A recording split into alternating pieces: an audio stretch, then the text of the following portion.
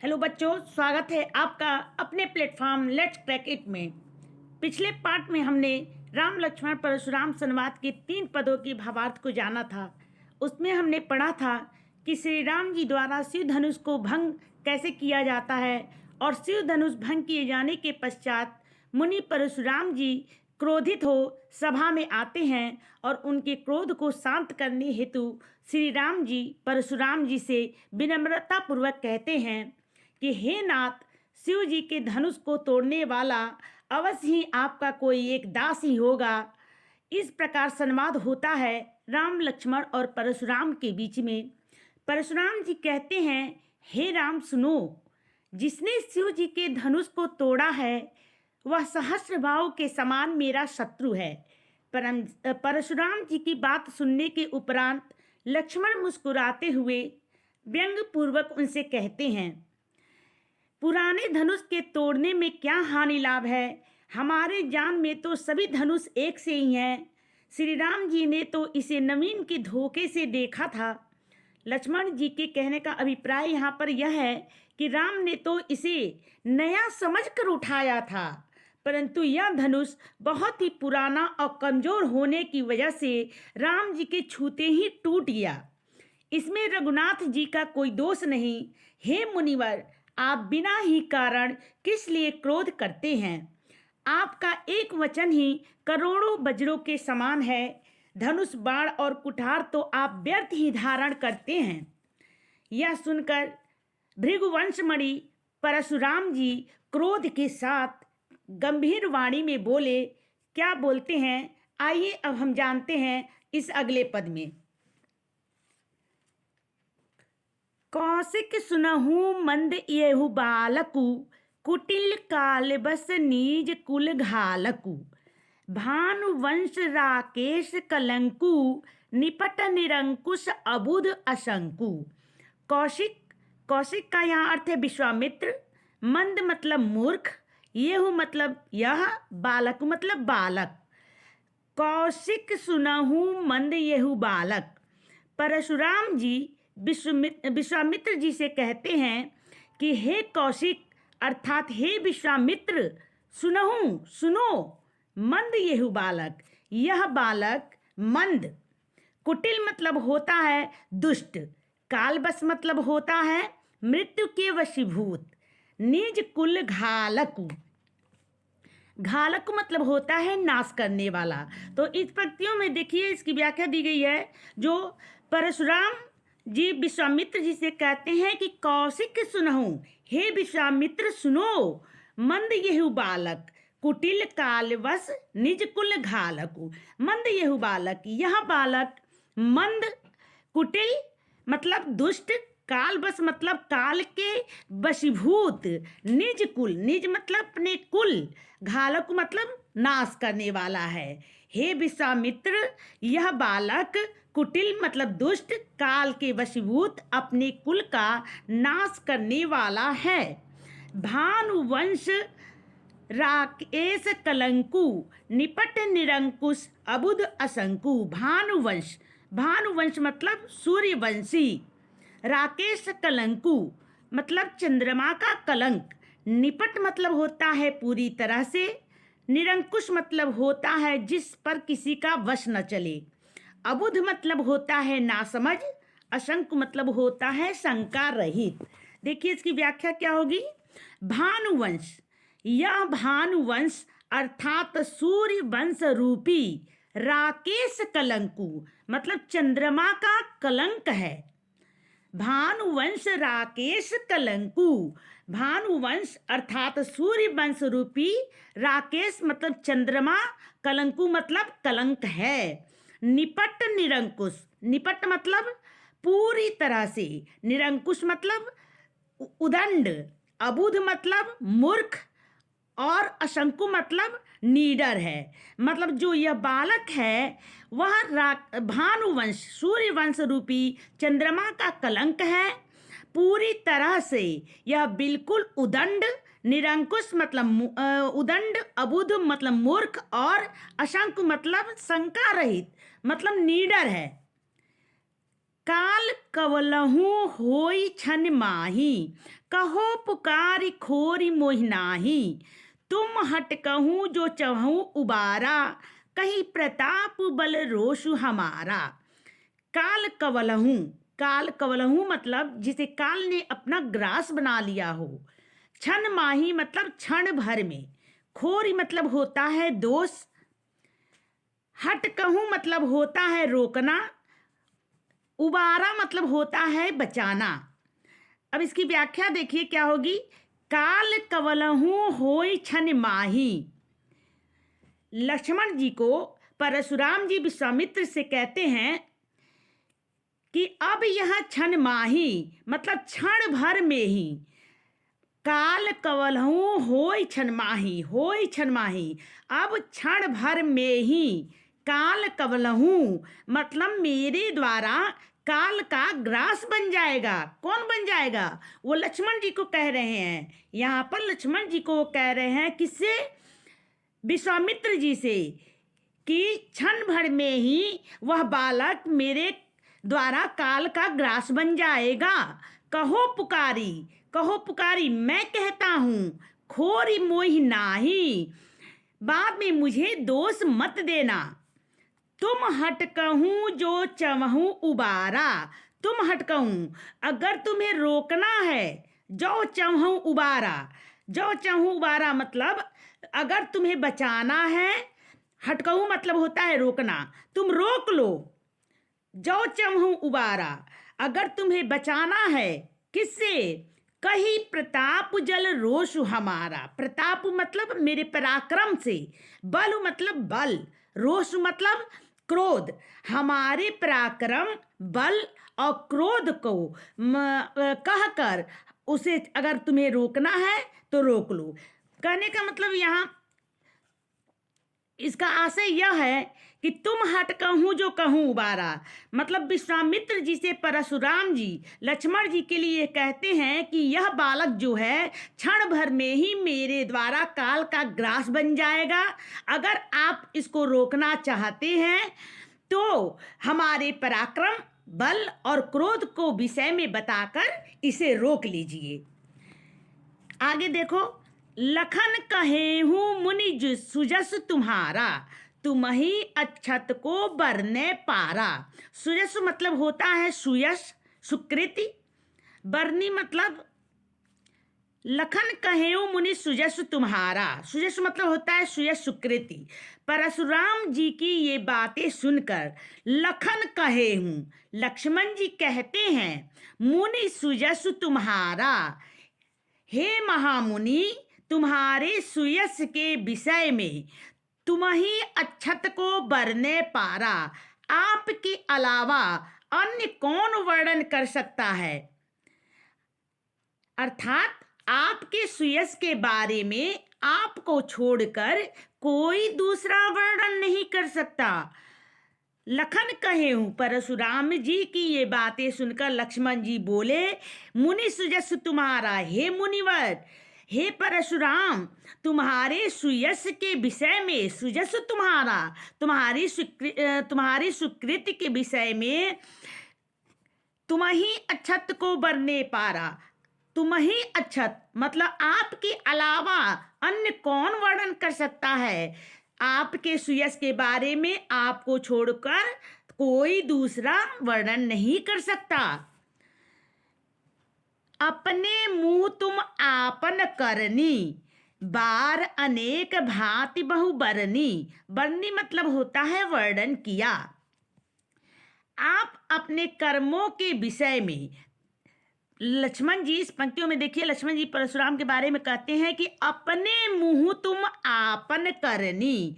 आप अपने कर्मों के विषय में अपने मुंह से बार अनेक भांति बहुबरनी, अनेक बार से स्वयं ही बखान कर चुके हैं। नहीं संतोष उता पुण्य कछु कवहूँ, जन ऋषि रोक दूसह दुख सवहूँ। वीर व्रती तुम धीर अछोभा, गारी देत न पावहूँ शोभा। नहीं संतोष तो पुण्य कछु कहूँ, जन ऋष रोग की दूसरा मतलब होता है असहनीय। अक्षोभा मतलब होता है क्षोभ रहित अर्थात शांत धीर जो घबराया न हो। वीर व्रती मतलब होता है वीरता का व्रत धारण करने वाला। आगे लक्ष्मण जी कहते हैं कि नहीं संतोष त पुण्य कछु कवहीं। इतने पर भी यदि आपको हे मुनिवर संतोष न हुआ हो तो पुण्य कहूँ करनी। फिर से कुछ वर्णन कर दीजिए। जन ऋषि रोकी, अपने इस उफनते क्रोध को रोक कर दूसह दुख सहूं, असहनीय दुख को सहन मत कीजिए। कहने का तात्पर्य यहाँ पे यह है कि लक्ष्मण जी परशुराम से कहते हैं कि आपको इतना सब कुछ कह लेने के बावजूद भी अगर आपको संतोष ना हुआ हो तो आप फिर कुछ कह लीजिए। अपने उफनते क्रोध को रोककर अब इस असहनीय दुख को सहन मत कीजिए।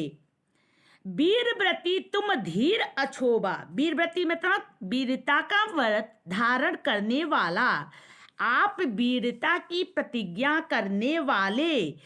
तुम धीर, धीर मतलब धैर्यवान। अक्षोभा मतलब वीरता का व्रत धारण कर क्षोभ रहित अर्थात शांत धीर जो घबराया न हो। आप वीरता की प्रतिज्ञा करने वाले, धैर्यवान एवं क्षोभ रहित हैं। गारी देत न पावहु शोभा। गालियां देते हुए आप अच्छे नहीं लगते। सूर समर करनी करही कहीं न जनावही आपू। विद्यमान रन पाई रीपु कायर कतही प्रतापू। सूर मतलब होता है सूरवीर। समर मतलब होता है युद्ध। रिपु मतलब होता है शत्रु। कथई प्रताप मतलब होता है मतलब प्रताप की डिंग हाँकने वाला। देखिए इसकी व्याख्या क्या होगी। सूर समर करनी, जो सूरवीर होते हैं वे कहीं न जनामहि आपू, वे युद्ध भूमि में संग्राम करते हैं, न कि अपनी प्रशंसा स्वयं करके अपना परिचय देते हैं।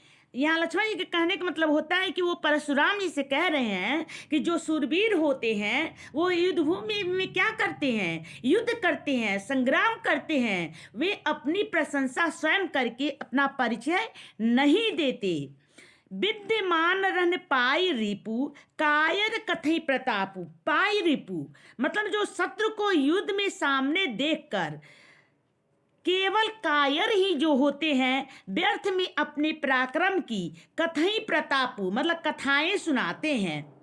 विद्यमान रन पाई रिपु, जो शत्रु को युद्ध के सामने देखकर कायर ही जो व्यक्ति होते हैं वही पराक्रम की कथाओं का गुणगान क्या करते हैं, अपने मुख से किया करते हैं। तुम तो कालु हाकु जन लावा, बार बार मुहि लागी बुलावा। सुनत लखन के वचन कठोरा, परस सुधारी धरेहूं कर घोरा। तुम तो कालू, हाक जनुलावा। कालू मतलब होता है काल।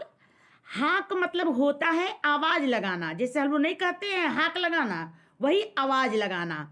जनु मतलब होता है जैसे। परस सुधारी, सुधारी मतलब होता है सुधार कर या संभाल कर।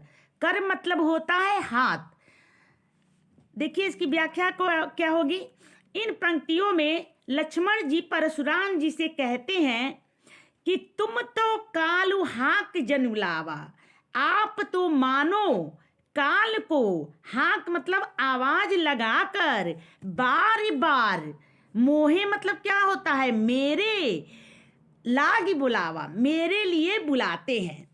मतलब परशुराम जी से कहते हैं लक्ष्मण जी कि आप तो मानो काल को हाक लगाकर मतलब आवाज लगाकर मेरे लिए ही बुलाते हैं। सुनत लखन के वचन कठोरा, परस सुधारी धरेहूं कर घोरा। लक्ष्मण जी के कठोर वचन सुनते ही, सुनत लखन के वचन कठोरा, लखन जी के कठोर वचन सुनते ही परस सुधारी तरह कर घोरा, परशुराम जी फरसे को संभाल कर हाथ में ले लेते हैं और बोलते हैं। अब जन दे दोष मोहि लागू, कटुवादी बालक बध जोगू। बाल बिलो की बहुत मैं बाचा, अब ये उमर निहार भासाचा।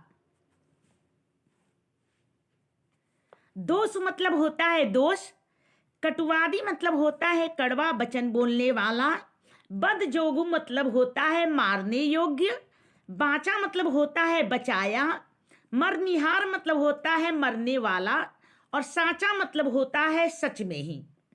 अब देखिए, बाल अब जन देई दोष मोहि लोगू, अब लोग मुझे दोष ना दे। कटुवादी बालक बाद जोगू, यह कड़वा बोलने वाला बालक मारे जाने के ही योग्य है। परशुराम जी कहते हैं कि अब लोग मुझे दोष ना दें। अब जन दे ही दोष मोहि लोगू, अब लोग मुझे दोष ना दें। कटुवादी मतलब कठोर बोलने वाला यह बालक बदजोगू, बद करने ही योग्य है। बाल बिलो की बहुत में बाचा, बाचा मतलब क्या बताई हूँ, बचाया।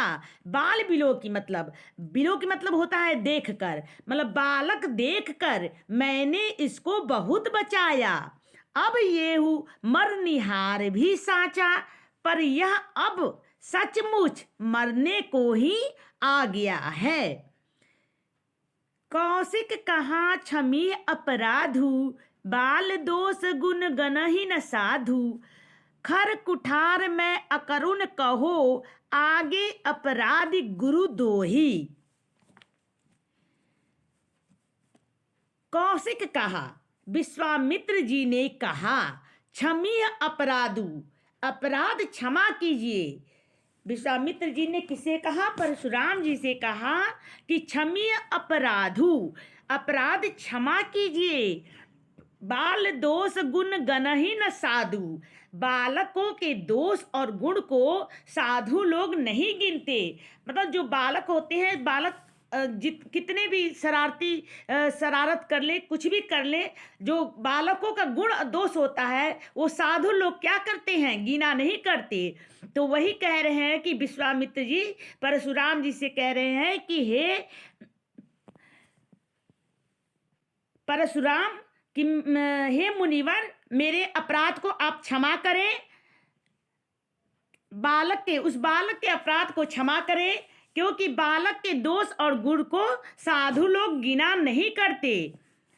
खर कुठार में अकरुण को हो, आगे अपराधी गुरुदोही। खर मतलब होता है दुष्ट, अकरुण मतलब होता है जिसमें दया और करुणा न हो। परशुराम जी क्या कहते हैं, परशुराम जी आगे कहते हैं कि तीखी धार का कुठार, मैं अकरुण कहो, मैं दया रहित, कोहो मतलब क्रोधी, और क्रोधी, आगे अपराधी गुरुद्रोही, और यह गुरुद्रोही और अपराधी मेरे सामने उत्तर दे रहा है। बालक कौन, लक्ष्मण। परशुराम जी विश्वामित्र जी से क्या कह रहे हैं कि तीखी धार का कुठार, मैं अकरुण मतलब मैं दया रहित, कोहो मतलब क्रोधी, और यह गुरुद्रोही और अपराधी मेरे सामने उत्तर दे रहा है। उत्तर देत छोड़ो बिनु मारे, केवल कौशिक सील तुम्हारे। न तो ए कोटि कुठार कठोरे, गुरही उरिन होतहु श्रम थोरे। उत्तर देत छोड़ो बिन मारे, परशुराम जी कह रहे हैं कि इतने पर भी मैं इसे बिना मारे छोड़ रहा हूँ। उत्तर देत छोड़ो बिन मारे, मैं बिना मारे छोड़ रहा हूँ। क्यों छोड़ रहा हूँ, केवल कौशिक सील तुम्हारे। कौशिक मतलब विश्वामित्र, हे विश्वामित्र, केवल तुम्हारे सील अर्थात नम्रता के कारण, प्रेम के कारण मैं इसे जीवित छोड़ रहा हूँ। न तो एक कोटि कुठार कठार, गुरही उरिन होतहु श्रम थोरे। नहीं तो यही मतलब इस काट कुठार कठोरे, कठोर कुठार से काट कर थोड़े ही परिश्रम से इसको क्या करता, गुरु से उड़ कर देता। कहने का मतलब यहाँ पे ये है कि परशुराम जी जब क्रोधित होकर विश्वामित्र जी से कहते हैं कि मैं, लक्ष्मण को कहते हैं कि मैं इस बालक को इतने पर भी, उत्तर देने पर भी मैं उसको बिना मारे छोड़ रहा हूँ। क्यों छोड़ रहा हूँ? क्योंकि हे विश्वामित्र, मैं केवल तुम्हारे शील के कारण, तुम्हारे प्रेम के कारण, तुम्हारे नम्रता के कारण मैं इस बालक को जीवित छोड़ दे रहा हूँ। नहीं तो क्षण भर में ही, थोड़े ही परिश्रम में ही इस कठोर कुठार से इसे काट कर मैं गुरु से उऋण हो जाता। गादि सुधन का हृदय हसी मुनहि, हरियरे सूझ, अयमय खांड न उखमय, अजहू न बूझ अबूझ।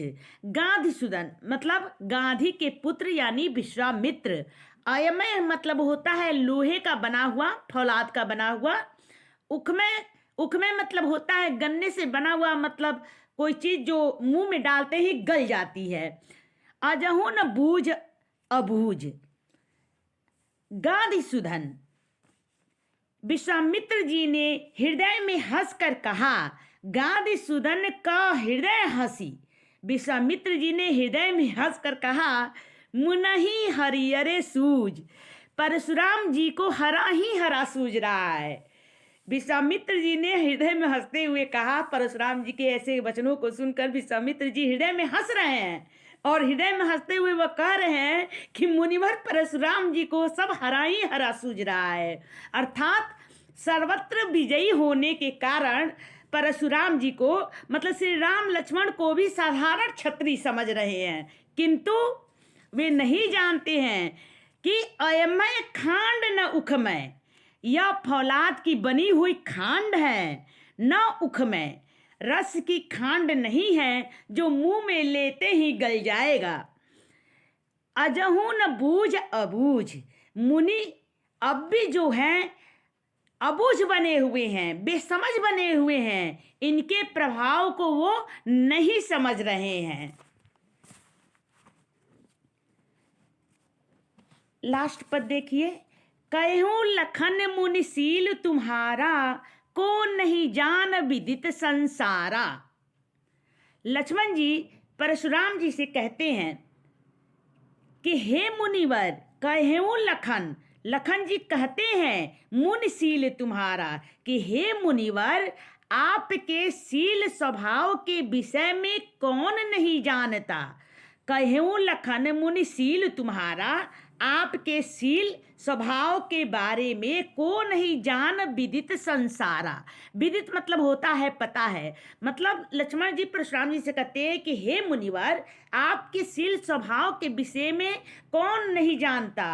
अर्थात इस विश्व में सब आपके शील स्वभाव के विषय में जानते हैं। माता पितहि उरिन भय नीके, गुर ऋनु कहाँ सोच बड़ जी के। उरिन मतलब होता है ऋण से मुक्त, भय मतलब होता है हो गए, नीके मतलब होता है भली प्रकार। माता पितहि उरिन भय नीके मतलब आप अपने माता पिता के उऋण मतलब ऋण से तो भली भांति उऋण हो चुके हैं। भय मतलब हो गए, उऋण मतलब ऋण से मुक्त, नीके मतलब भली प्रकार। आप तो अपनी माता पिता के ऋण से भली भांति उऋण हो चुके हैं।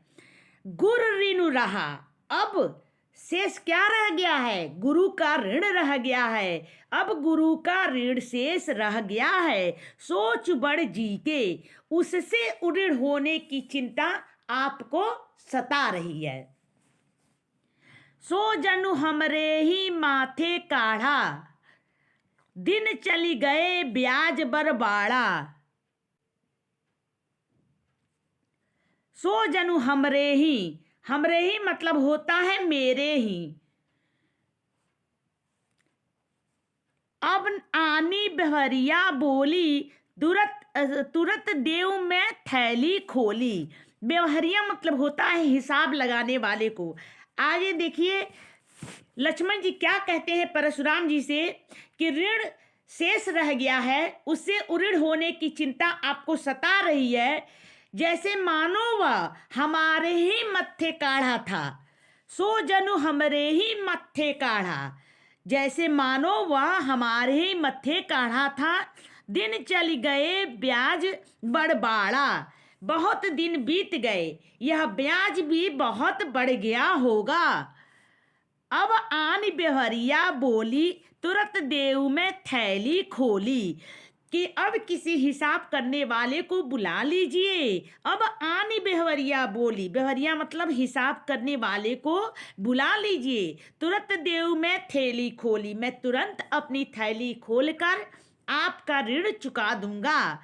लक्ष्मण जी देखिए, इन पंक्तियों में लक्ष्मण जी क्या कह रहे हैं कि जैसे गुरु से वो कह रहे हैं परशुराम से कि हे परशुराम, गुरु का ऋण शेष रह गया था, उससे ऋणी होने की चिंता जो आपको सता रही थी, जैसे मानो वो ऋण हमारे ही मत्थे काढ़ा गया है। बहुत दिन से ही ये बहुत दिन से ऐसा हो रहा है, यह ब्याज भी उतने दिन से बहुत अधिक बढ़ गया होगा। इसलिए हे मुनिवर, आप किसी हिसाब करने वाले को बुला लीजिए, मैं उसे तुरंत अपनी थैली खोलकर आपका ऋण क्या कर दूंगा, चुका दूंगा। सुनि कटु वचन कुठार सुधारा, हाय हाय सब सभा पुकारा। भृगवर परसु देखा बहुमोही, विप्र विचारी बचो नृपद्रोही। सुनि कटु वचन कुठार सुधारा। लक्ष्मण जी के मुख से ऐसे कटु वचनों को सुनकर परशुराम जी ने फरसे को संभाल कर हाथ में पकड़ लिया। सुनि कटु वचन कुठार सुधारा, उनके कटु वचनों को सुनकर कुठार सुधारा, मतलब परशुराम जी ने क्या किया, फरसे को क्या किया, संभाल कर हाथ में पकड़ लिया। हाय हाय सब सभा पुकारा। ऐसा दृश्य देखकर सभा हाय हाय चिल्लाने लगी। भृगवर परसु देखा बहुमोही, विप्र विचारी बचहो नृपदोही। विप्र मतलब होता है ब्राह्मण। लक्ष्मण निर्भीकता से बोले, भृगवन भृगु वंशराज परशुराम, देखा बहु मोही, आप मुझे बार बार फरसा दिखा रहे हैं। विप्र विचारी बचहो नृपदोही, हे राजाओं के शत्रु, मैं आपको ब्राह्मण समझकर बार बार युद्ध करने से बचा रहा हूँ। लक्ष्मण जी बिना डरे हुए निर्भीकता से परशुराम जी के क्रोध से, मतलब वो भयभीत नहीं है, वो निर्भीकता से परशुराम जी से कहते हैं कि हे परशुराम, हे भृगवंश राज परशुराम, आप मुझे बार बार फरसा दिखा के क्या कर रहे हैं, मुझे भयभीत कर रहे हैं। लेकिन हे राजाओं के शत्रु, मैं आपको ब्राह्मण समझकर बार बार युद्ध करने से क्या कर रहा हूँ, विप्र विचारी बचा रहा हूँ। मिले न कबहू सुभट रन गाढ़े, दिज देवता घर ही के बाढ़े। सुभट मतलब होता है बड़े बड़े योद्धा, द्विज देवता मतलब होता है ब्राह्मण। अनुचित कहीं सब लोग पुकारे, रघुपति शयन ही लखुन निवारे। सनही मतलब होता है आंध के इशारे से, निवारे मतलब होता है मना किया। देखिए इसकी व्याख्या क्या होगी। मिले न कबहू सुबट रन गाढ़े, ऐसा लगता है कि आपको युद्ध भूमि में पराक्रमी योद्धा कभी नहीं मिले। लक्ष्मण जी परशुराम जी को कह रहे हैं कि मिले न कबहू सुबट रन गाढ़े, ऐसा लगता है कि आपको कबहू सुबट रन गाढ़े मतलब पराक्रम, युद्ध भूमि में पराक्रमी योद्धा कभी नहीं मिले। द्विज देवता घर ही के बाढ़े, इसलिए हे ब्राह्मण देवता, आप अपने घर में ही अपनी वीरता दिखाकर महान बन रहे हैं। अनुचित कहीं सब लोग पुकारे, रघुपति शयन ही लखनु निवारे। लक्ष्मण के मुख से ऐसे वचन सुनते ही अनुचित कहीं सब लोग पुकारे, सभा में उपस्थित सभी लोग अनुचित है ऐसा कहने लगे। रघुपति शयनहि लखनु नेवारे। तब श्री राम ने आंखों की इशारा करके लक्ष्मण को और अधिक बोलने से नेवारे मतलब रोक दिया, मना कर दिया। लखन उतर आहुति सरिस भृग बर कोप कृषानु। बढ़त देख जल सम वचन बोले रघुकुल भानु। कृषाणु मतलब होता है अग्नि। लखन उतर आहुति सरिस भृगबर कोप कृषाणु। लक्ष्मण जी के आहुति के समान उत्तरों से परशुराम की क्रोध रूपी अग्नि को बढ़त देख मतलब प्रचंड होता देख कर जलसम वचन बोले रघुकुल भान। मतलब रघुकुल के सूर्य श्री राम ने शीतल जल के समान वचन बोले। मतलब लक्ष्मण जी के जो उत्तर होते थे वो क्या होते थे, आहुति के समान होते थे, जिनसे परशुराम जी का जो क्रोध होता था वो और प्रचंड हो जाता था। इसलिए यहाँ पे देखिए दिया गया है कि लखन उतर आहुति, मतलब लखन के लक्ष्मण के आहुति के समान उत्तरों से परशुराम के क्रोध रूपी अग्नि को प्रचंड होता देखकर रघुकुल के सूर्य श्री राम जी शीतल जल के समान वचन बोले। अगर आपको वीडियो अच्छी लगी हो तो इसे प्लीज लाइक सब्सक्राइब कर दीजिएगा और अपने दोस्तों में शेयर करना मत भूलिएगा। धन्यवाद।